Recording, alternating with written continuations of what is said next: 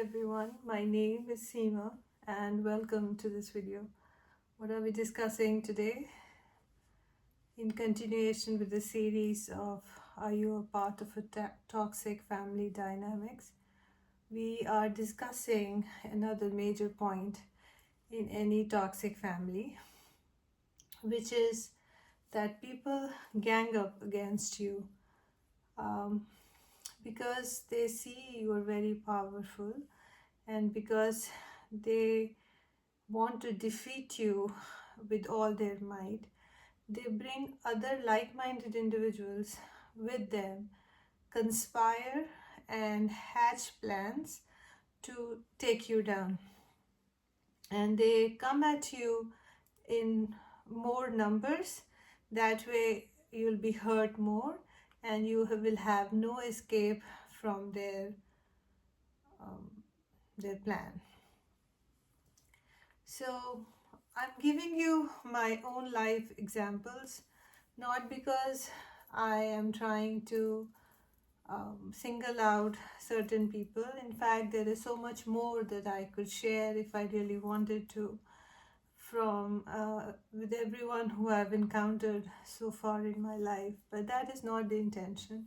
The intention is to give you real examples. So if you can relate to that, you will be able to then um, come up with it'll open your eyes and to see me doing well after all this. You will also feel that confidence within yourself that these things don't really matter, and that we can all come out of, no matter how horrible the situation is, no matter how bad the family dynamics is, we can all come out of it on the other side. So we were discussing about how people gang up against you, and for that I wanted to give certain examples where if they find you as a threat for their image, or they think that they're losing their control over you, then they go to any length to eradicate you, to take you out completely. And one would think that who has the time to sit and waste and hatch plans and devise tricks and come up with all these things, and how come one person could say it, but how come five people are saying the same thing? And you might want to give them the benefit of the doubt, but don't put your guard down, because these people can go to any extent to force their agenda onto the person they wish to destroy in a toxic family dynamics. So I have an example that I can share. I was getting popular in a community in which these toxic family members seemed to think they had a hold. And with my popularity, my truth could expose how shallow these people were. So what they did is, it was a religious community, and so what they did is they partnered up with the some of the people within the organization, giving them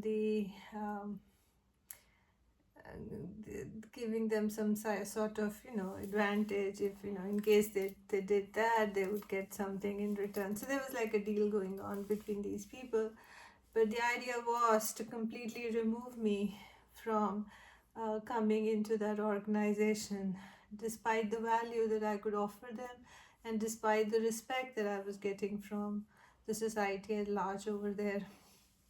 So during one such interaction, there were about 8 to 10 people who were saying nasty things to me, who were undermining me, who were threatening me, and playing games and doing all kinds of spear campaign right around me to ensure that I would never ever come back into the situation, come back into that community because of the way these people were treating me, and they thought that their um, reaction to me or their misbehavior with me would actually stop me from having faith in that community per se, because they thought that I would be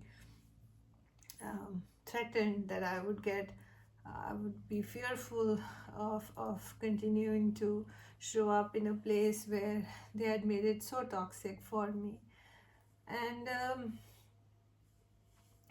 there were a lot of things were done behind the scene, but when I actually confronted one of the community members that were a part of the organization, they said, go ahead, do whatever, this is how we're going to be. And that is how the overconfidence of these toxic people is, and that is what brings them down, because they think they can get away with everything, and God lets them get away with things for as long as they can.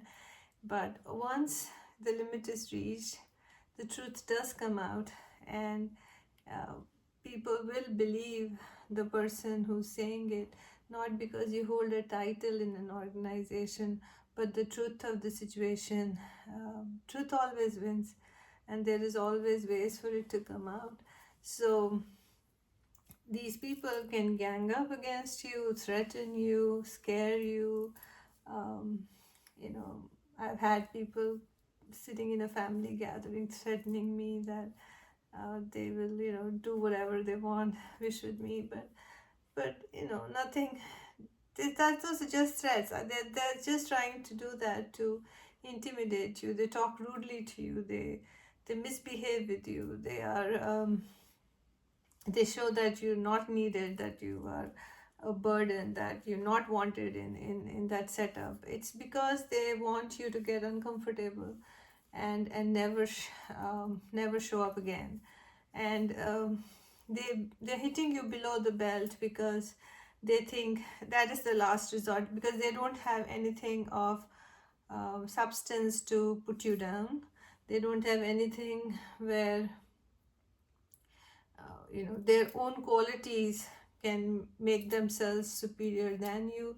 So they've gone into all kinds of manipulation tricks and tactics to and many people come together, do the same thing, hit you from different corners to break your morale and to completely eradicate your presence from the world if they could, but they forget that they are not God, and that is not what good human beings and good families do.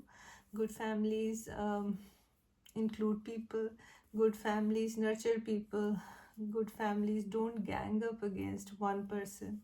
Even if you have a grudge against a person, come one at a time, talk nicely. Why threaten people? Why corner people? Why be rude? Why misbehave? Why defame people? Why play tricks? Why manipulate? Right? Those are not signs of people with character and integrity. That is not what happens in good families. That is not why we say blood is thicker than water. We really need to take care of each other's needs and wants, and don't bully people around, because that is not what happens in families. That happens in gangs, that happens with gangsters, that happens with criminals who are meant to be not freely roaming in the society.